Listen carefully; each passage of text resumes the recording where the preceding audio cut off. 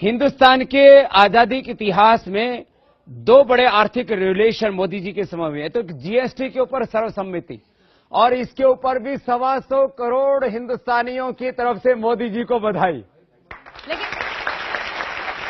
लेकिन अब पहले गरीबों के खाते खुलवाए मोदी जी ने, अब गरीबों के खाते में उनके सेठ लोग पैसे डलवा देंगे क्योंकि खुद तो हिसाब बता ना पाएंगे।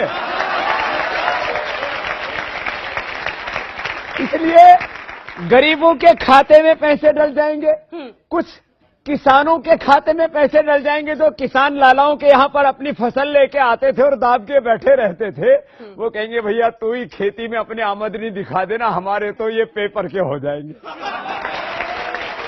और बहुत सी गौशालाओं में टोटा था, गायों की सेवा करने वालों को कोई दान नहीं दे पाता था। अब लाला जी सोचेंगे मेरे तो बाहर से गए, चलो गौशाला में कुछ तो पुण्य मिलेगा ही। तो माने अब आर्थिक पारदर्शिता तो आएगी ही जी। ये जो आर्थिक विषमता, कुछ लोगों के पास में हजारों लाखों करोड़ और कुछ के पास खाने के लिए भी मोहताज थे। अब इस निर्णय से माने आर्थिक पारदर्शिता और आर्थिक असमानता भी मिटेगी। काला धन, काले धंधे, भ्रष्टाचार, आतंकवाद, नक्सलवाद और पाकिस्तान से जो नकली करेंसी सबके आती थी।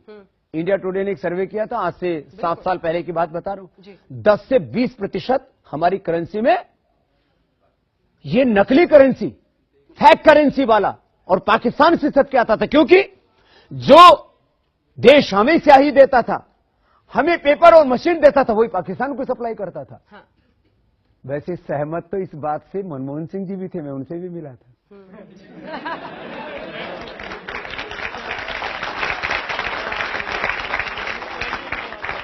सहमत तो राहुल गांधी जी भी थे,